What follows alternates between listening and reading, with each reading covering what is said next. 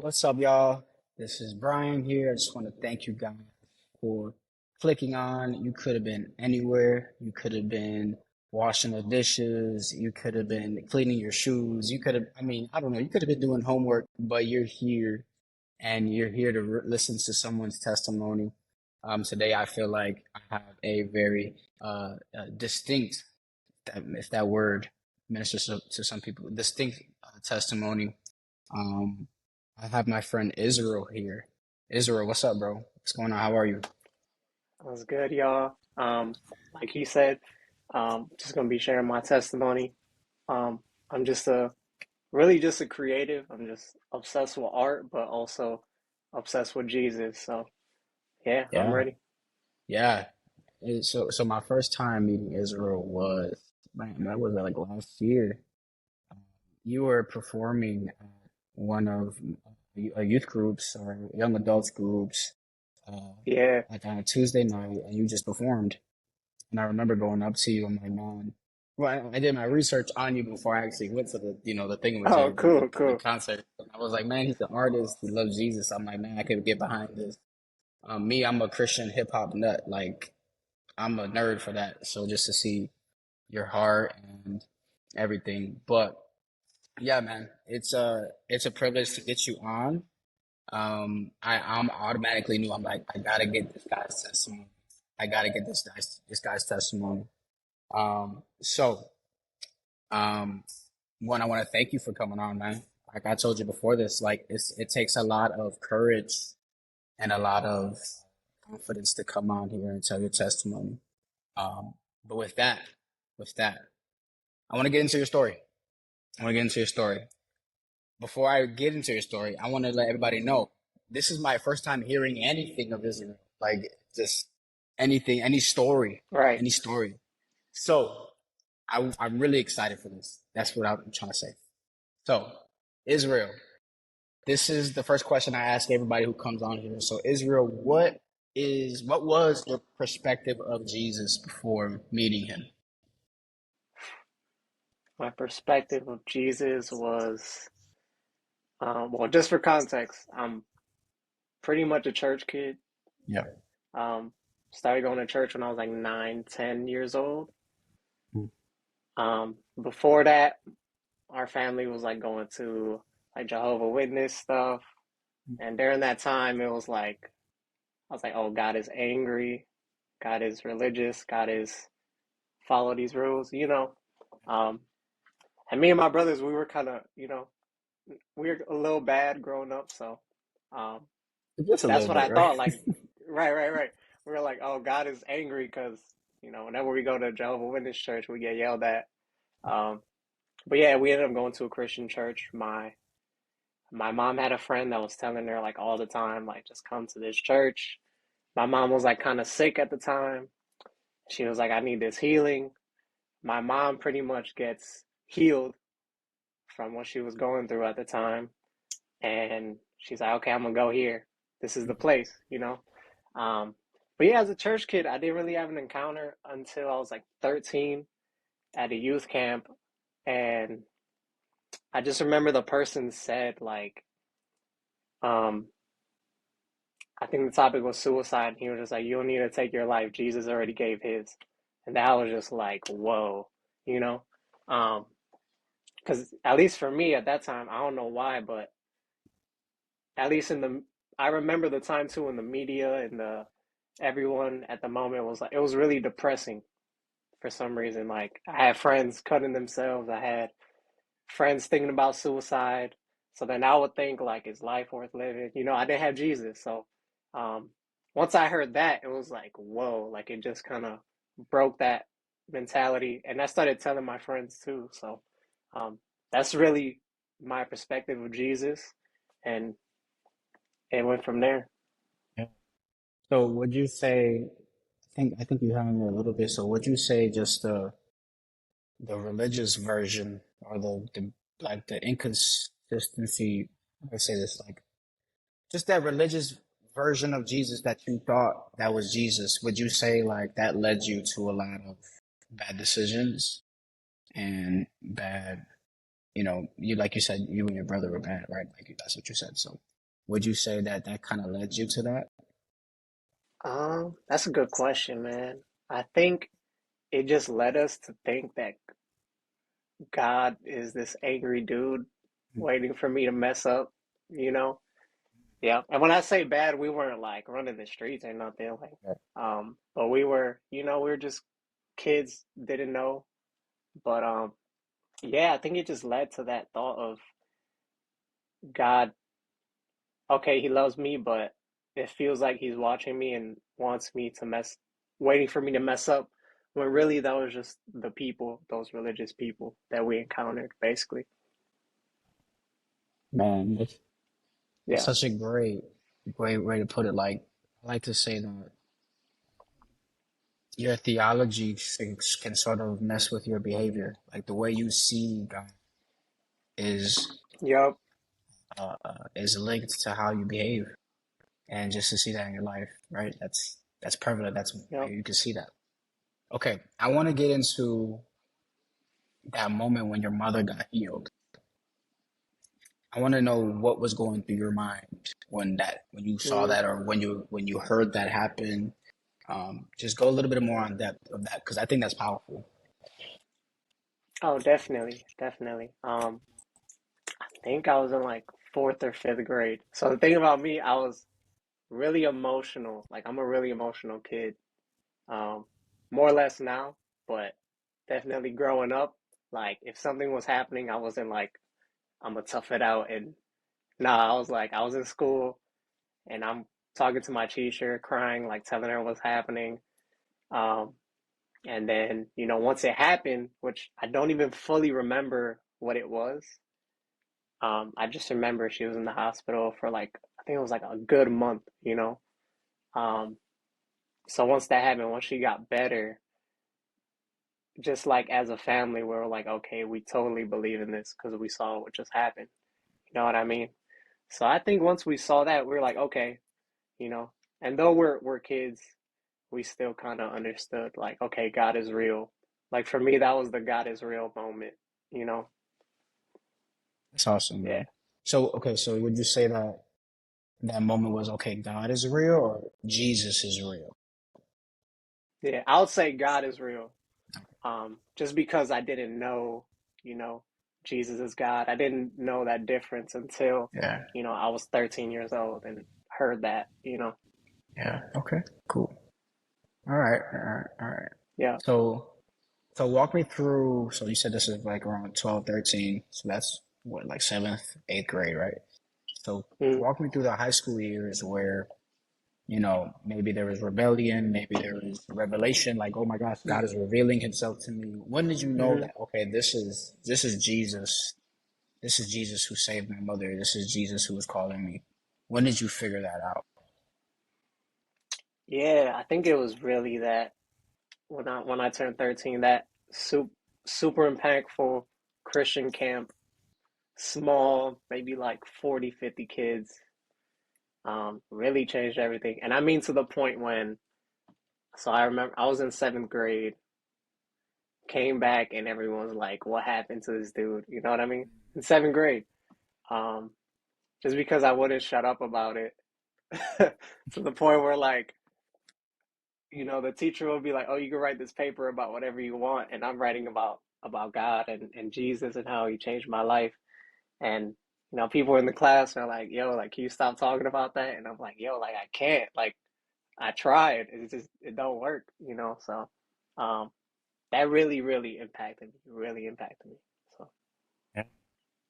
So yeah. can you, As far as so high I, school, my yeah, I'm fault, sorry, go ahead. Yeah. because I know you brought up high school, but after middle school, I ended up going to a Christian high school like 40 minutes away from where I live because I live in Milwaukee, which is more so the hood basically, and then Brookfield is like 40 minutes away.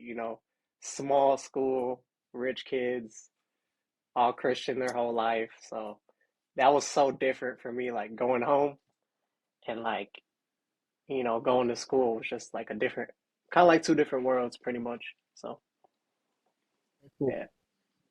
So can we talk a little bit about just the struggles, like maybe the insecurities, maybe some things that you dealt with, Hmm. and then we'll get on later and just how Jesus helped you through that. But yeah, right now, like maybe Hmm. through high school, what were some of the struggles that something, the sins, all those things? What were some of those? Oh my gosh, man. I think the biggest struggle, pretty much until I was like 20, I want to say like 20 years old, was definitely like insecurity, definitely um something that I think is being brought up more now is like in the Hispanic community is like colorism and how heavy that is too. Because just for me, um my family, I have two brothers, and us three, we don't really look alike. So I guess growing up, man, there was a lot of comments like, oh, like you have a different dad or like you're adopted. And, a lot of just a lot of comments that like, it wasn't from family, it was like family friends and stuff. But like, as a kid, you would take that to heart. Like now it's like, okay, like that's funny. But man, that really like, that was a lot as a kid, you know? And, when you hate, I don't want to say hate, but I definitely didn't like it made me want to change how I looked. You know what I mean? Yeah. So, but I think once I found that confidence, it was such a beautiful thing, bro. Um, and just for context too, I was short, you know, this short Puerto Rican kid, and I just had no confidence, bro. But once I did, it really felt like a David Goliath type thing where I felt like God had my back and I had this heart. But yeah, growing up, bro, that was like the biggest battle for me. It was like this insecurity, taking to heart a lot of what people will say, and but now I'm so much at the point where like words just like don't bother me. And I think maybe I went through that to get to a point where they won't bother me, if that makes sense. Yeah. So Mm. how did Jesus help you through that, right? How did Jesus help you become more secure in who you are? Hmm. How did Oh he help man, you? he helped me just like, I mean, you read the Bible and you see nothing but, words of affirmation for Mm. yourself. You see nothing. You're wonderfully and beautifully made.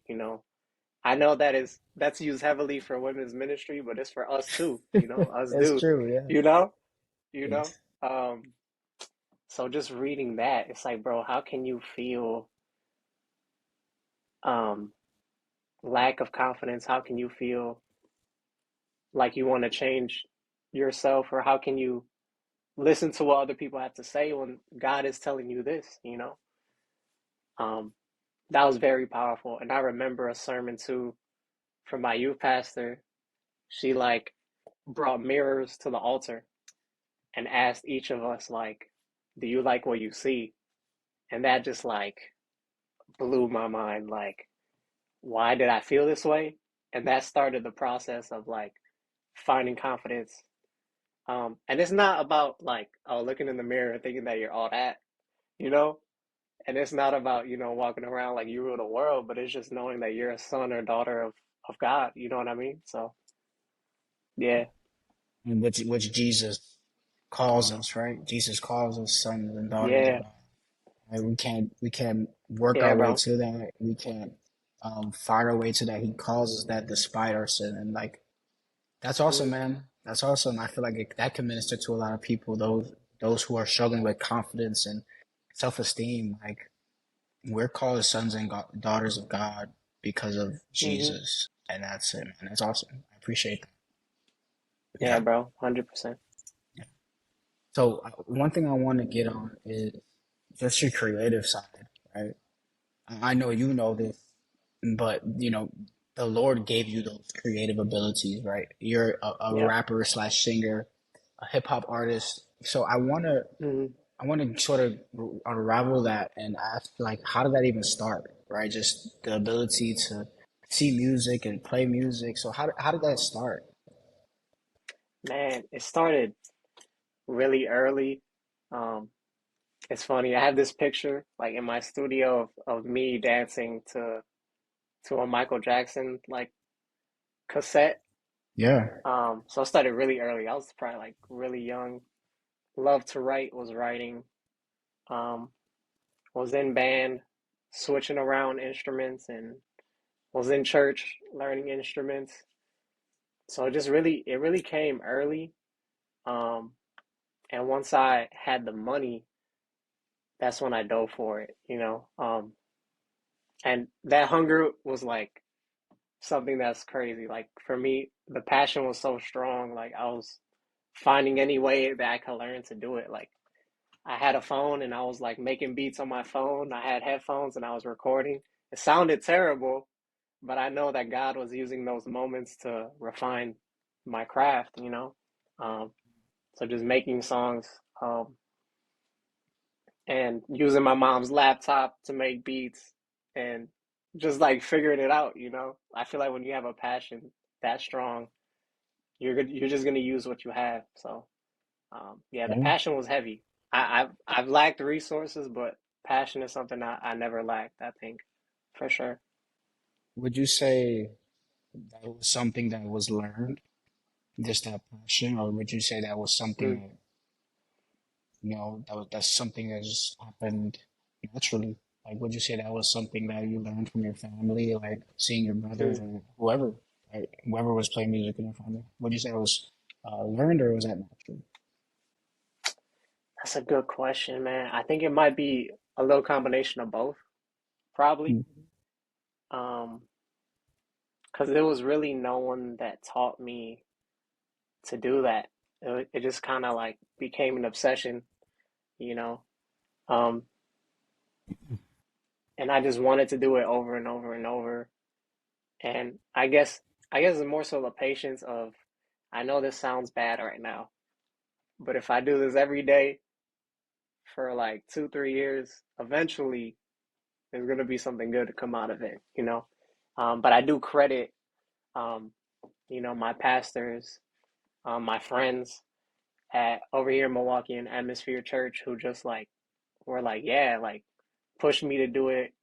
You know, you want to do a spoken word this Sunday. You want to, there's a worship song that has a little gap and we want you to rap in between. You know, just little things like that to make me like, you know, I know a lot of people go through like, you know, like we don't mess with rap or rap is just about killing and sex and negativity.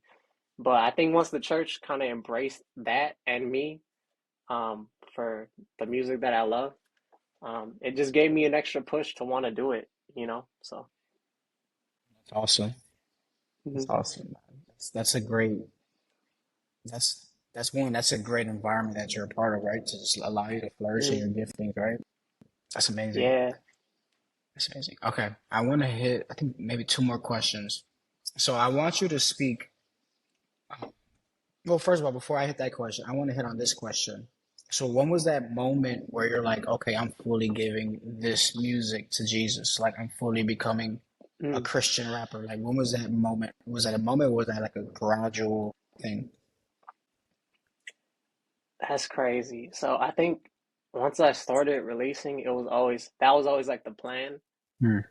Um, and I was like, I don't really care about like, you know, the label Christian rapper or rapper who's Christian. I just know that if you're gonna hear this song, you're gonna hear about God. You know what I mean? So, um, because that's just me. Like I just live and breathe that every day. Yes, you're gonna hear other things like if I want to talk about relationships or if I want to talk about my family or if I want to talk about the way I grew up, you know. But through all of it, God is behind the whole thing, you know. So that was really, really, really it. I want to say when I felt the impact of it was probably when I had the opportunity to perform at like a recovery center for addiction and for people who are battling drugs and going through that situation. Um, and that's dear to my heart just because I wrote a song called "You Lose" where I'm talking about My father, he was recovering from that, like, he was getting better. So I wrote that song, um, and performed it, and I saw the impact of that. People coming up to me like, "Man, I loved it. Like, that's exactly what I'm going through." Um, so I think that was the moment. Like, yeah, this that feeling is more important than an award or whatever. Those things are cool, but the fact that that what you say and what you created can want someone to pursue Christ even more is just that's priceless, for sure. There have been some tracks for sure by you that I've listened to and they've ministered to me, whether it be about relationships or just about God. Like your songs, and I don't mean this lightly, but your songs have helped me, helping God sanctify me, if that makes sense. So I want to commend you, bro, because it's not just me; it's also everybody. Yeah, it's a lot of people. So thank you for that, man. Appreciate that. Appreciate, I appreciate hearing that, for real. Yes, sir. So I want you to speak to the Christian who is very, what's the word? Very, I guess you could say, what's the word I'm looking for? Like trepidatious or very like, I don't want to listen to rap or because that's the devil's music or how do you speak to that someone who says like Christian rap is not Christian rap or it's not Christian, right? So what do you say to that person? And I also want you to encourage or not encourage, but also talk about what Christian rap has done in your life. Mm, that's good, bro. It's funny because um, I've had times where I performed and we see the impact, and then I hear from usually older Christians. That's not a shade at all, but um, where it's like, oh, I didn't know that God can use this type of music like this, you know? Um, so I think a lot of times it's just they need to see the result. I feel like sometimes they might get too caught up in I don't know, maybe the way that Christian rappers dress or the way, some of them can talk. If it's a sin, of course, like that's different, but we're just talking about the art form in general.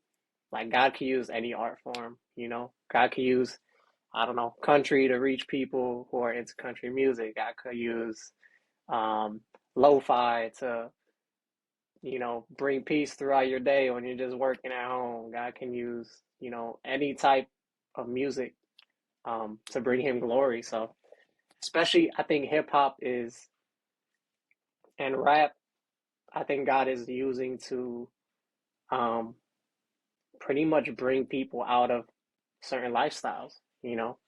Like and it's kind of a double-edged sword. Like I've seen people who get saved and they're like, "Oh, I can't listen to Christian rap because it reminds me of what I used to listen to."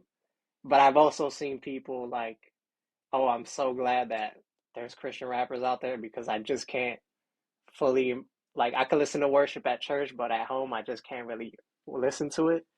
Um, so I think it's just finding people in their walk wherever they are and just letting God use it. But for me personally, bro, like when I heard Church Clothes by Lecrae, like that was like, okay, like God is using this music like clearly because I'm talking about I knew it word for word. Like before that, I was like, Christian rap is really corny, bro. Like that's what I thought, you know. But then for me, people showed up that were like, no, I'm good at this and I'm a minister. So, um, and not every song has to be like, super wordy or super have heavy theology, but at least for me, that's what like brought me in. Like, okay, God can use this as an art form for sure. I agree with everything you said, bro. Got you. Everything you say, everything you said. I'm very like, you know, kind of, again, I'm trying to use my words correctly and wisely here, but to those who say that God can't use, rap or hip hop, I'm just like, God can use anybody, everybody. Yep. in anything to carry out his plans. And um, and he's participated with guys like you and like John Keith and like Lecrae, like you said, KB, like those guys. People have come to faith because of just songs. You know what I mean? And um, that's amazing, man. I want to thank you for telling people that. All right, Yeah, of course. I want to hit on two more questions, and then we're gonna wrap it. But I want you to. So one of the testimonies is a slash account cater to the testimonies of Gen Z, and you Yep. part of Gen Z, right? So I wanted you to sort of maybe in a couple of phrases just speak a message to Gen Z, to those who are far from God, and to those who are part of God, if that makes sense. No, that makes perfect sense, bro. Um, I feel like as I prayed over this, like getting ready to do this, like it was just clear that like to the church kids who are similar to me, who you're from the hood, you got friends that are into this or that, you don't have to have a ratchet season. You don't have to have a screw everything, forget church, forget God season, and then come back later. Like there's power in your testimony of just you following God. That's powerful in itself. And I have we both know him, Cade. He shared his testimony here, and I love his testimony, bro. Um, him and I are like so different. Like we joke about it all the time. Our testimonies, how I watched other people make mistakes, and I was like, yeah, nah, I'm not doing that. You know what I mean? Um, and he was like, yo, I made those mistakes and had to learn, like, yeah, I'm not doing that anymore, and found God. And I think people just need to know, like, bro, that both of those testimonies are powerful. Like both of those testimonies are amazing. So whether you're the person who like, man, I messed up so bad, I don't know if I could reach Christ, like yes you can. And to the person who's like, I'm getting tired of doing the right thing, I'm getting tired of following God, like just keep going. Like, I feel like that's the message that, at least for me, that young men need to hear, you know, like the what you invest in is gonna come back. So whether you invest in your relationship with God, or you invest in things that will, that you shouldn't invest in, like the streets or this or that, like you don't have to do it to know that it's wrong, because I watched, family do it, I got family in prison, and I'm just like, that's not what God wants. So I want to say, like, your testimony is powerful. You don't have to have this huge, I did this or that in your testimony for it to be powerful. So, Yeah. And then what about the person who is just like, I don't want anything to do with God? Like, forget God, forget Jesus. Like, what would you say to that person? what would I say to that person? That's a good question, bro. Like the non-believer, um, I will say, man, look for yourself. Like research, um, really try. I know a lot of people who are like, they'll go to church and be like, I tried, but that's not really trying. Have you read the word yourself? Have you prayed yourself? And then go from there. Because at least for me, that the big problem I see is like identity. No one really knows who they are. And like we talked about earlier, once I found who I was and had that confidence, like it doesn't waver anymore. So I want to say, you know, seek for yourself, for real. Yes, sir, for sure. You're seek for yourself. That's what I'm for. Thank you, man. The last question I want to hit on is just what's going on with you? Any any new things? Anything that you could just the floor is Yeah. yours, bro. Anything that you want to say in terms of music and just your career. So anything you can just say. What you got going on? Any new albums, singles, anything? Got you. So as far as music, man, I know I only dropped like one song this year, but I'm really working to come back. I want to say uh August, to just do like a song a week and try to push as much as possible. As far as just creativity, um, I started like a whole brand like of clothes that I'm wearing right now. Yeah. So just that too. So I've been busy, so don't, we're gonna bring it back. So I just want to be consistent, So Well, Israel, I appreciate you coming on here, man. I do love the merch. I've been following it, and uh, I know you're in Milwaukee, so and that peeping. yeah. So I'm gonna have to drive out there because I want it quicker. You know what I mean? So, but yeah, The man. 90 minutes. Yeah, the 90 minutes exactly, and then maybe catch a Bucks game or something, in the fall. Yeah. But yeah, man, I appreciate you coming out here, man. I think that's your testimony is going to minister to a lot of people who are struggling with just confidence in themselves or confidence in God first, right? And then that'll help them be confident in themselves. And um, it ministered to me for sure, right? You Hmm. kind of gave me language for something that I've been observing, right? So, man, thank you. I appreciate that. Last thing is just to pray, man. Just pray for our generation. Maybe pray for someone who's watching this or anything, man. Yeah, Cool. bro, of course. God, we just thank you so much for what you're doing through this platform, what you're doing through Brian, and just the ability to have people come and share their testimony. Um, God, I pray that people will watch this and say, if he did it for him, um, why can't he do that for me in my life? So, to every person, whether they grew up in church, whether they didn't grow up in church, whether they're finding you now, um, I pray when they watch this that they truly are encouraged, and the other testimonies of as well on this platform that just uplift them and get them closer to you and continue to use this platform. And God, we love you. We thank you so much. In your name we pray. Amen. All right, y'all. That was Israel Perez's testimony. I pray that it ministers to you. Stay tuned. We're gonna have a lot more testimonies soon. Israel, bro, thank you. I can't thank you enough, bro. Appreciate it. Of course, man. Of course. All right, y'all. Talk to y'all soon.